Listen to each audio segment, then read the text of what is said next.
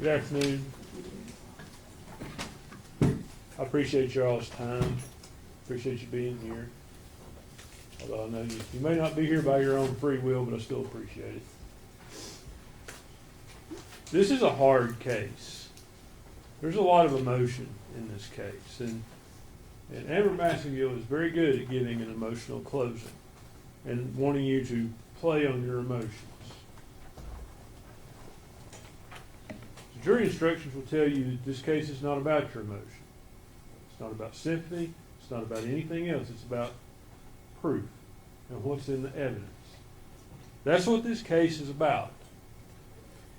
This case is more about what Megan Boswell didn't do than what she did do.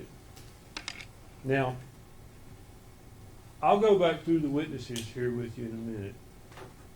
But the state seems to be putting forth a theory that you should convict her of first-degree murder because she didn't grieve appropriately. She had fun after her child died. Now, is it far-fetched to believe that the child died in the first part of December, like she says? No, that seems to be the point where you see Megan's personality start to change. But I would suggest to you that change occurs when the child dies. You start to hear various friends come in and they talk. I can name them for you.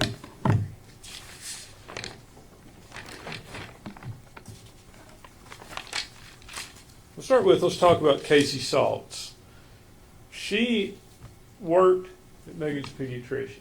And she was also, technically, would have been Megan's foster sister, I guess. She was the daughter of Megan's foster mother. And she talked about Megan being a good mother. She acknowledged that. She witnessed that. Megan brought her to the doctor. You have an exhibit in the records. It's item 67. It came in through the pediatrician. Read that page for page. It demonstrates that Megan was a good mother to Evelyn. She took her to the doctor for well checks. She took her to the doctor when she was sick. She got medicine for her. She did what she should do. And then she misses that appointment in December. And that's when this starts. And I would submit to you, when all of this really starts, the child is dead. Now, we hear from other witnesses. We hear from Paul Miller. That is Ethan Perry's grandfather.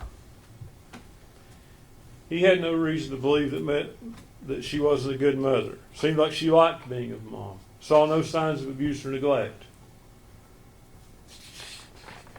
We heard from Audrey Gibbs.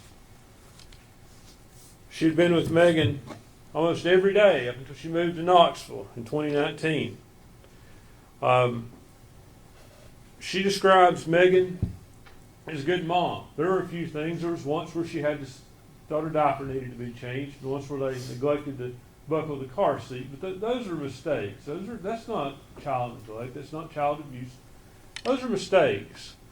Audrey talks about Megan coming to Knoxville at the end of December sometime, and by that point she acts disassociated. She's not normal. She's saying "I love you" over and over again to her.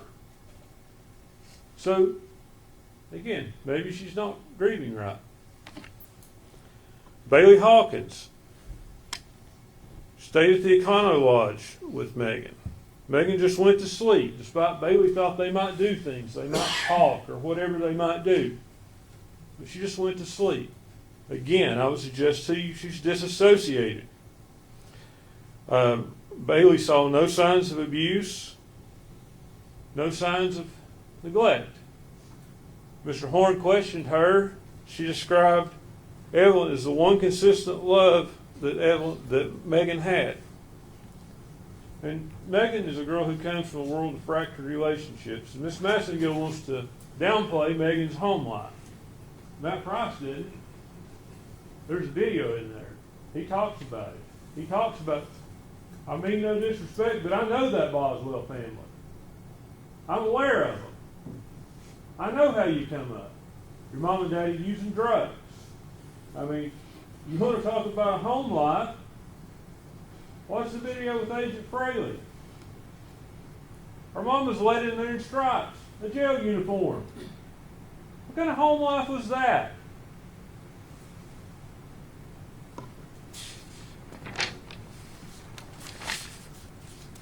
Then we get to Caitlin Jones Carter, whom you can make what you want of her testimony. Her body language tells me she's no longer Megan's friend.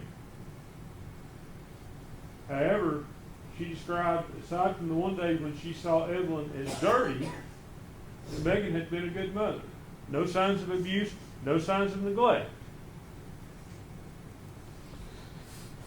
She said she saw Evelyn sometime in December. She tried to tie it to her school, but she really couldn't give us a specific date.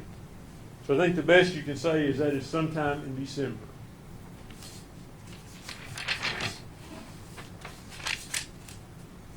Gail Kite. Let's talk about her. Megan's foster mom. She gets Megan when Megan comes into her foster care. Megan's 7 months pregnant. She's 17 years old. Gail describes her as looking like she's not pregnant, as being underweight. We know from the medical records and the testimony that come in from Dr. Smith, Megan suffered from intrauterine growth restriction at that time. We've heard that. So that's the shape she's in. But Gail talks about how she gets her in good shape. She has the baby. She's a loving mother. She takes care of the baby. Gail never saw abuse, never saw neglect, never had any doubts about Megan.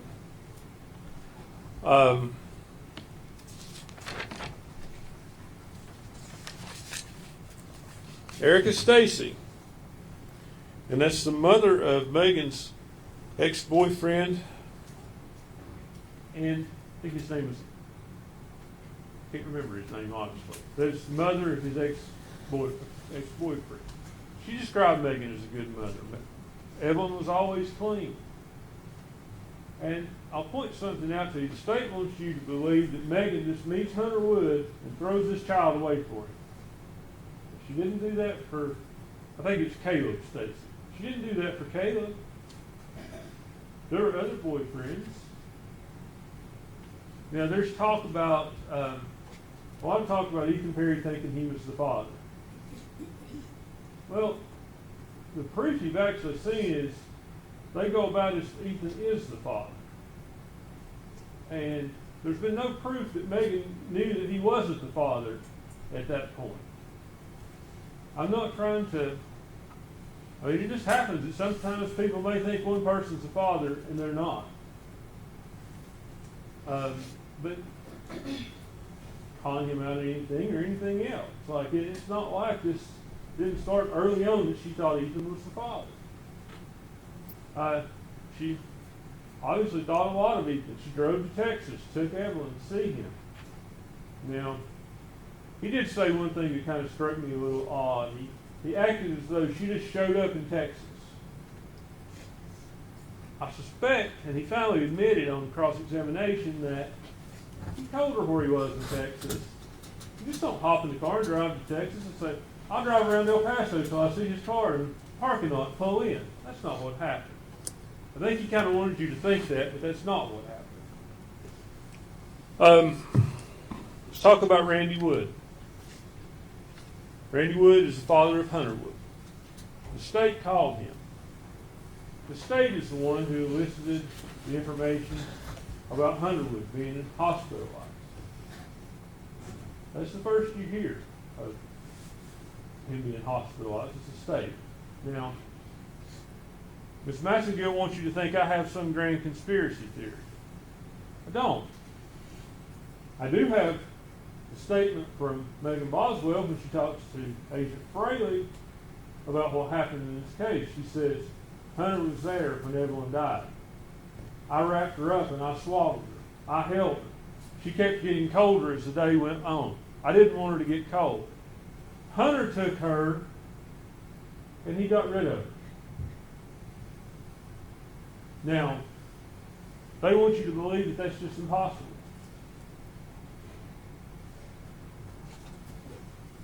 Why did Hunter not give his DNA?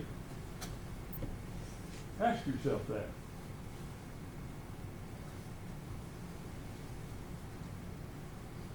If you have nothing to hide, why wouldn't you just let them test your DNA against all the evidence they have? Turns out they couldn't have tested it, probably. But he didn't give them that chance because he had something to hide. Now, his dad said that he was schizophrenic. I asked him, is he schizophrenic and have hallucinations? He agreed with me on that. He also agreed with me when I asked him if he talked about using an aluminum foil or tin foil. And he says, yeah, he talks about some off-the-wall stuff. Now, ask yourself, who's more likely to wrap that child in tinfoil? The child's mother that has cared for the child, taken care of the child, or the boyfriend who's schizophrenic? And I'm not trying to vilify Hunter Wood. That's not been my intention throughout this trial. But Megan's statement is that one of them rolled over on the bed. The young mother may think that. There could have been other causes. When we get to the causes, I guess we can go ahead and we can talk about Dr. Schmidt and Dr. Malushnik. Now, Dr. Schmidt asked her about several different things. She's the lady who actually performed the autopsy. And she formed an opinion of homicidal death based on the way the child was in the trash can. But she could not tell you a medical basis for the child's death, other than a diagnosis of exclusion. And a diagnosis of exclusion is simply, we don't know what else is wrong with her, so she must have smothered in this trash can. That's what she said, essentially. Now, I cross-examined her about a lot of things. I asked her about SIDS. And even though the subsequent doctor didn't agree with it, Dr. Malushnik, I didn't ask about something that didn't exist. Dr. Schmidt knew exactly what SIDS was. We talked about it. We talked about the ages, how we don't know what causes it. She answered questions about it. She said, ultimately, she could not rule that out in this case. Just like she could not say with any degree of certainty that the child was placed in the trash can alive or dead. She couldn't say that. She brought up that the child had a heart valve that leaked. She admitted under cross-examination that could have been what killed the child. We talked about laryngeal, we talked about laryngeal convulsions. Could that have caused the death of the child? She admitted it could.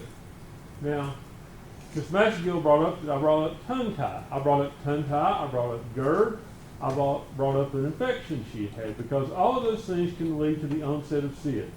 That's the research, and Dr. Schmidt agreed with that. Now, I want to tell you something about Dr. Schmidt and Dr. Malushnik. I think Dr. Schmidt she was the medical examiner in Johnson City when this happened. Dr. Malushnik is not her boss. It's not like she's somehow over her. Dr. Schmidt was the chief medical examiner at the Jenkins Autopsy Center, Forensic Center. Subsequently, for whatever reason, the state sent her report to Dr. Malushnik for another opinion. Dr. Malushnik only reviewed her report, and she finds that it's a good report. But then she wants to go further and find some type of certainty that child was placed in the trash can. And you saw an exchange between me and her in here yesterday. It went on for 4 or 5 questions. And I kept asking her, Doctor, can you say any type of certainty? What can you say about this? Can you conclusively say that child was dead when it was wrapped in the blanket, wrapped in tinfoil, and put in the trash can? She evaded that question. She wouldn't answer that question. She finally answered that question only after it was threatened she would be in contempt if she didn't directly answer the question. And her answer was, no, I can't say conclusively. And then she threw out kind of a parting shot at me as she left. And suggest to you the more accuracy of that parting shot, she said the child could have been murdered some other way. Should have been. The child could have died some other unknown way. That's what the truth would have been. She presupposed that this child was alive when it went in the trash can. The doctor who did the autopsy was very clear she could not conclude that. She said it couldn't be excluded, but it cannot be included. Dr. McLucent come in with a preconceived notion of that's what happened.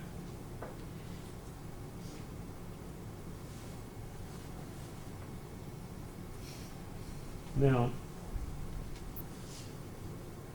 the state has to prove to you cause of death in this case.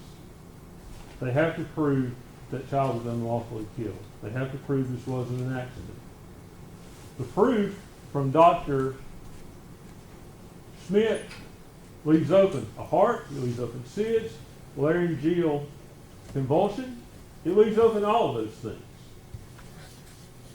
We don't know what happened. And it also left open a rollover, which is what Megan told Agent Fraley. And now, would Megan know for sure that that's what happened? Maybe not. You wake up and you find your baby dead in bed. Could you not come to the reasonable conclusion one of us must have rolled over on it? I mean, she's 17 years old. She's not sophisticated. She's had a hard life. She's scared that she's going to get in trouble. Hunter Wood's scared that he's going to get in trouble. And that's why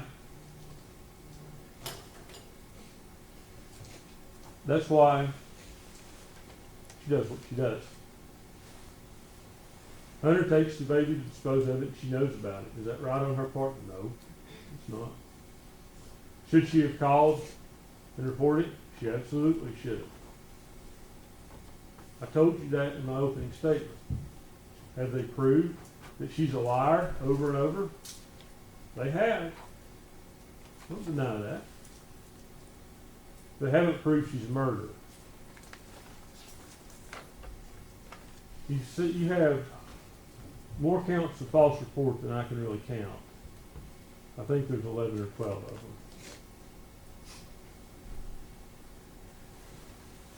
Almost every time she's talking to law enforcement, you're considering a count of false reports. With the exception of, you're not considering one for the time she talked to Agent Fraley. That's not before you. I would submit to you what happened was the conversation with Agent Fraley on the 25th of February, almost 5 years ago. That was a breaking point. That's a breaking point where she finally admits Evelyn is dead. She's able to admit to herself. You saw all these pictures she's sending back and forth before that. That's how she's grieving. Maybe she doesn't want to accept that the child is dead. Maybe as long as she keeps talking about it, talking to the media, talking to the police, and saying that Evelyn is somewhere else, she believes that. Maybe that's how she's getting by. You can't judge someone for how they grieve. You don't know what goes through their head. You don't know what they were raised with. I've never lost a child. I hope none of you ever have. But how am I to tell someone when they lose their child how they grieve? How am I to do that? Amber can tell you that. Oh, she shouldn't have went here. She shouldn't have did that. How does she know that? She's not in Megan's shoes. She's not out there living in that single wide trailer. That's not her life. She's not been raised by drug addict parents, a dad that beats on her mom constantly, and seen that growing up. She's not seen that. She can't put herself in her shoes. It's not fair to say she murdered her child because she didn't grieve right. I resent it. You should too. You should look to the evidence in this case. Do they prove a cause of death? That's the stopping point on the homicide counts. They can't do it. They brought two medical examiners in here who contradicted each other. The first one at least had read her medical records. The second one talks about how she is perfectly a healthy child. She ignored everything in her medical records. She didn't talk about them. It was obvious to me. Should have been obvious to you. She hadn't read them. She didn't care. It was her job to come here and convict Megan Boswell of murder. If you don't believe that, why would she leave here and say, well, she must have been murdered some other way? She was a biased witness, and she wasn't a credible witness.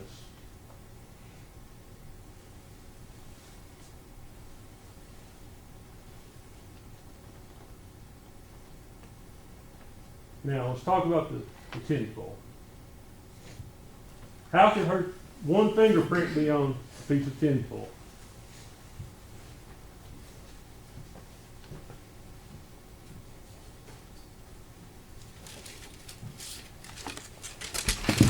Can y'all see this roll?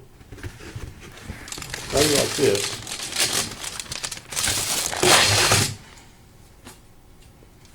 Okay, my fingerprint's on this roll. I've taken this one. The next person who gets this is going to get a piece of tinfoil with my fingerprint. That's a possible way.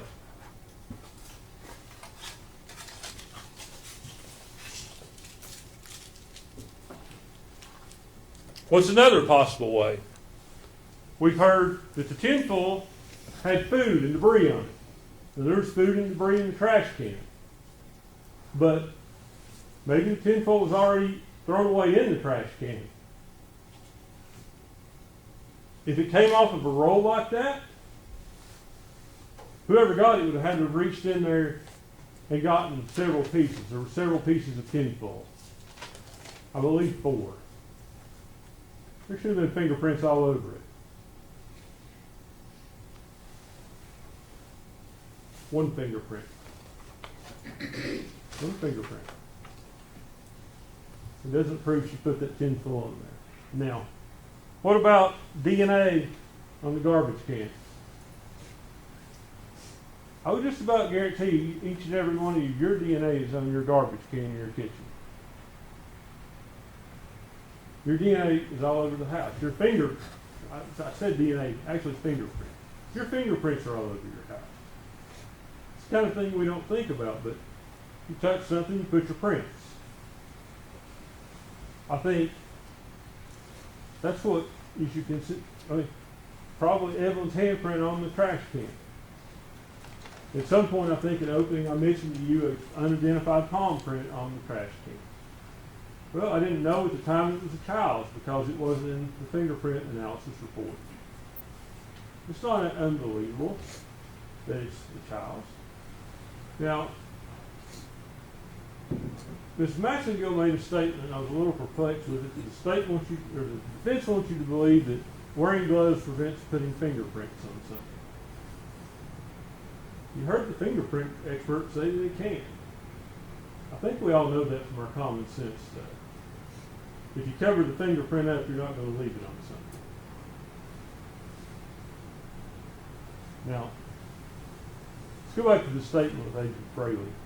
February the 25th. She's talked to law enforcement over and over. And she talks about how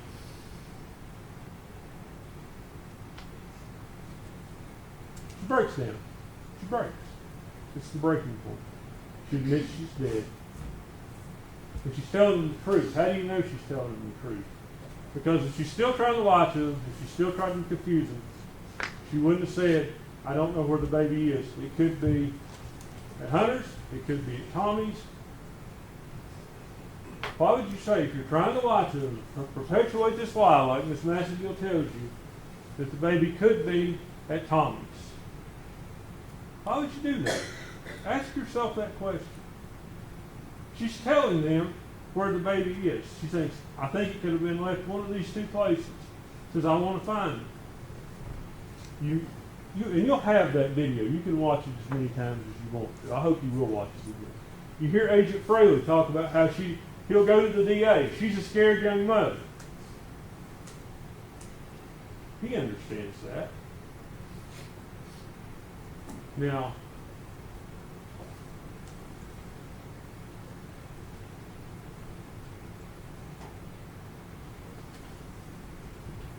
I don't have to prove this case to you. I wish I could, but I can't. You can't prove a negative. What I can tell you is the state has not proven their case. They've not proven the cause of death. They've not proven that the death was an unlawful killing as opposed to an accident, or some rolling over in the bed being an accident, or some kind of health-related issue. They haven't proved that. Let's talk about the gloves. I go around in circles sometimes, and I hope y'all are following me. I apologize for that. But let's talk about those gloves. Ms. Massengill talks about the criminal tore the gloves up in the trash can. I think if you'll remember back and look to your notes, TBI cut those gloves up for testing. I could be wrong, but I think that's the case. Now, what do those gloves tell us? Do they match up to anyone? No. But they do match up to an unknown male. There's not enough profile there to match it to someone to specifically identify them, but it matches it up to an unknown male. That's why there's not multiple fingerprints on the tinfoil on the child. Those gloves that match some unknown male. We know it's male DNA. We know that. Finally, let me talk just a little bit about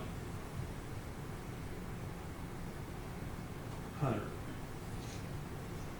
There's a text thread, and it's in February. It's between Megan and Hunter. And it appears like Megan's telling Hunter the same story she's telling everyone else. But remember, Megan's told Agent Fraley that Hunter doesn't want his name brought into this. He doesn't want to be involved. He told her not to tell anybody anything about the child. At this point, Hunter, he throws out a name in that text. He talks about Agent Wilhoit. He's been involved with the police. He knows the police are looking at this. This is February the 22nd. Suggest to you that text thread is, look at the texts. They're self-serving. I'm just worried about the baby. I just want the baby returned safe. That's Hunter and Megan's way of covering Hunter's involvement in this. I'm not saying Hunter killed that child. But I'm saying he did dispose of the child. That text thread, it's a convenient way if you think about it. If you're trying to have proof that you didn't do something, if you start a conversation, start texting it, say, oh no, I didn't do that. Look at my text. I texted her, she's told me this. It's a convenient thing for him.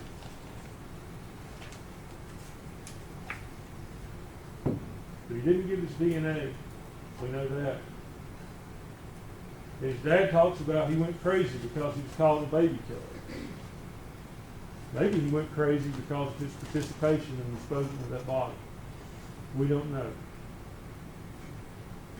Everybody seems to agree he has went crazy. You saw a document admitted this morning. That's where he's being held out of court over in Virginia to be evaluated to see where he's competent for some crime he's committed. He's up at Marion right now to be evaluated. That's what we know.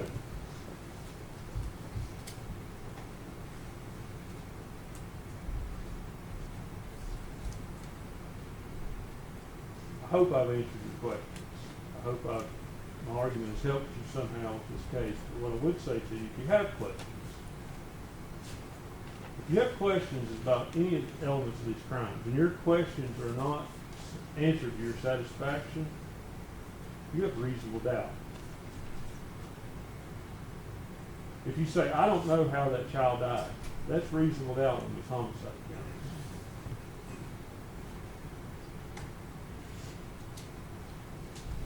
I don't think I have much more to say to you. I go to a Baptist church and I hate long sermons, and I'm used to it. I think I've been up here for about a half an hour, but I think I pray you'll come to the right decision. Thank you. Thank you, Mr. Scott.